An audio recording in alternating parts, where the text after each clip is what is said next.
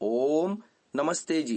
18वीं श्रव्य कणिका उत्कृष्ट शंका समाधान, मानव मन को आंदोलित करने वाले लौकिक पारलौकिक प्रश्नों के सटीक उत्तर समाधान करता है स्वामी विवेकानंद जी परिव्राजक।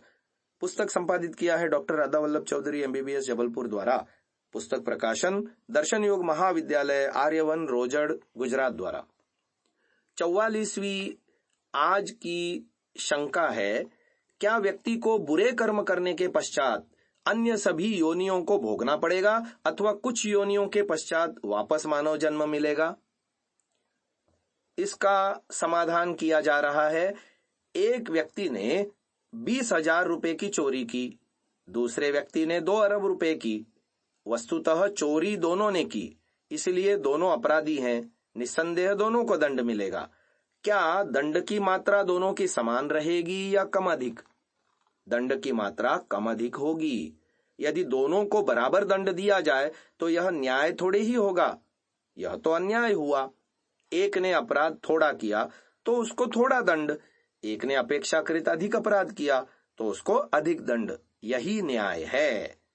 किसी ने 20,000 पाप किए तो किसी ने 50,000। उन दोनों को ही 84 लाख योनियों में डाल दें तो फिर यह न्याय कहां हुआ? जिसने जितना अपराध किया उतना ही योनियों में जाएगा, दंड भोगेगा, धक्का खाएगा और लौटकर वापस मनुष्य बनेगा। जिसने थोड़ा अपराध किया वह थोड़ी योनियों में धक्का खाएगा, जिसने अधिक अपराध किए वो अधिक योनियों में जाएगा। बताते हैं कि 84 लाख योनियां हैं, पता नहीं कहां कहां नंबर लगेगा। कई लोग समझते हैं कि एक बार मनुष्य मर गया तो पूरे 84 लाख का चक्कर काट कर फिर नंबर आएगा इंसान रूप में। यह गलत है। क्यों गलत है, इसे जानते हैं। क्या सब लोग बराबर मात्रा में पाप करते हैं? नहीं ना, तो सबको बराबर दंड क्यों मिलेगा? जब पाप कम अधिक करते हैं तो फल भी कम अधिक होना चाहिए। अगर एक मरा वो भी 84 लाख योनियों में डाल दिया, दूसरा मरा वो भी 84 लाख योनियों में, तो यह न्याय कहां हुआ? जिसने जितने कर्म किए हैं उसको उतना ही दंड मिलेगा। जिसने 20% पाप अधिक किए उसको उतने कर्मों का दंड भोगने के लिए 10, 20, 50, 25 योनियों में चक्कर काटना पड़ेगा। इसलिए सबको 84 लाख योनियों में नहीं जाना। वो कितनी योनियों में चक्कर काटेगा वो तो भगवान जाने, हम नहीं जान सकते।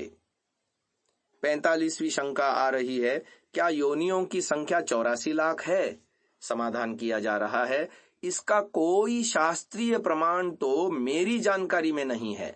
मैंने अधिकांश शास्त्र पढ़े हैं, सब शास्त्र नहीं पढ़े। कहीं शास्त्रों में लिखा हो भी सकता है, परंपरा से तो यही सुनते आ रहे हैं, लेकिन पक्का नहीं कह सकते कि 84 लाख ही हैं या 80 लाख। जितनी भी हों, फिर भी लाखों योनियां तो हैं, ऐसा मानने में कोई दोष प्रतीत नहीं होता।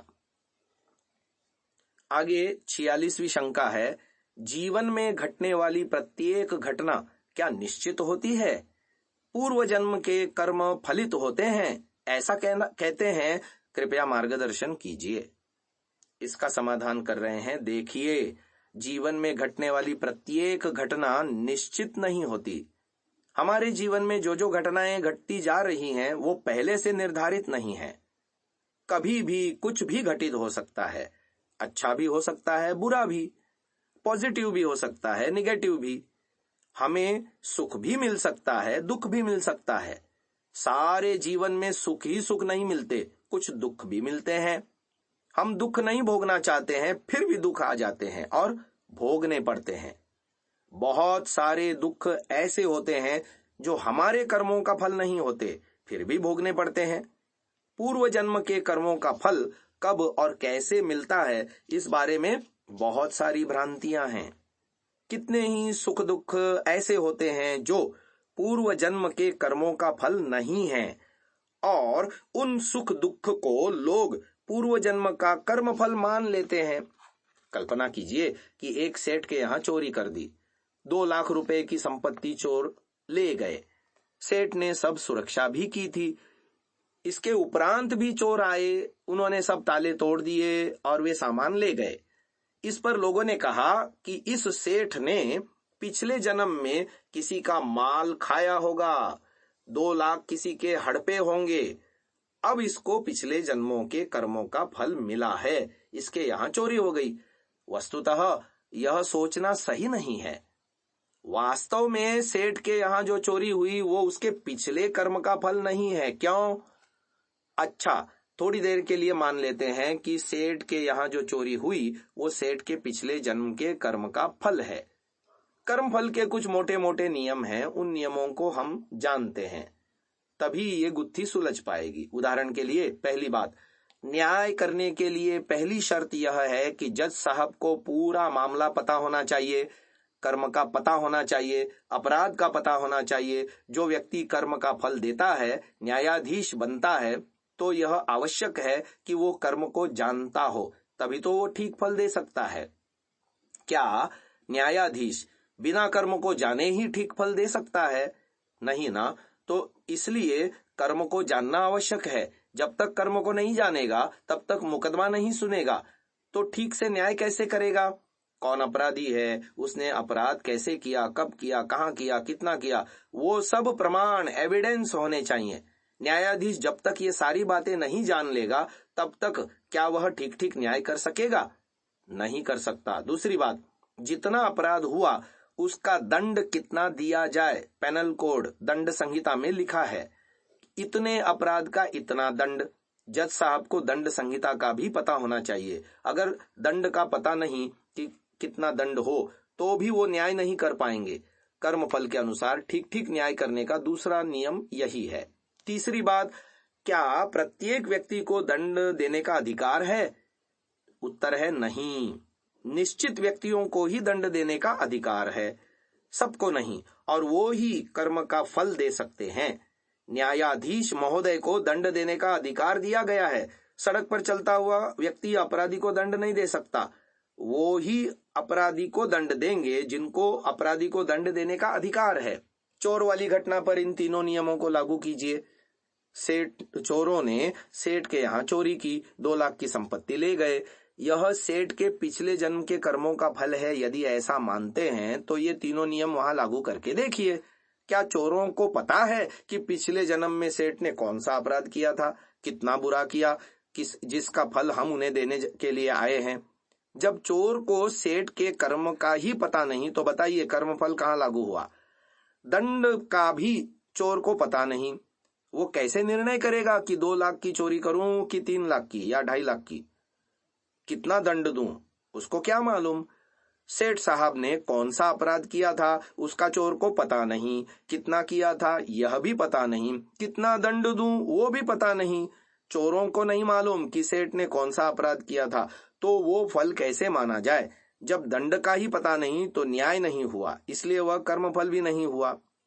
और दूसरी बात यह कि क्या चोरों को सेठ के पूर्व जन्म के कर्म का दंड देने का अधिकार है? उत्तर है नहीं।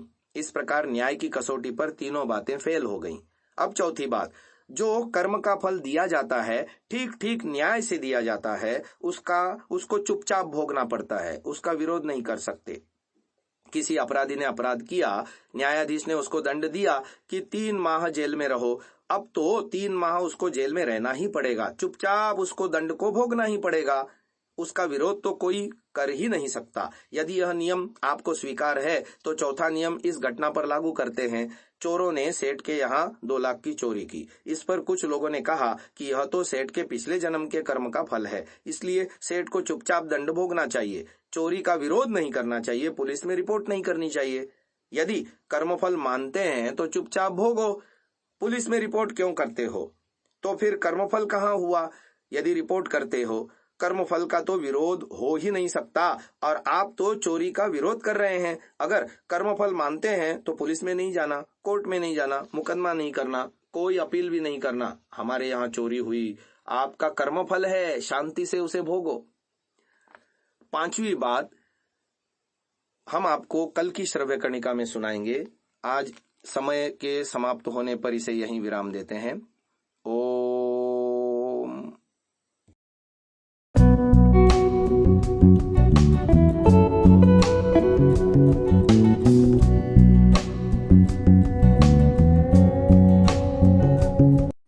डाउनलोड सांसा ऐप, आरवीर दल ऐप, विजिट sansa.org, arvirdal.in।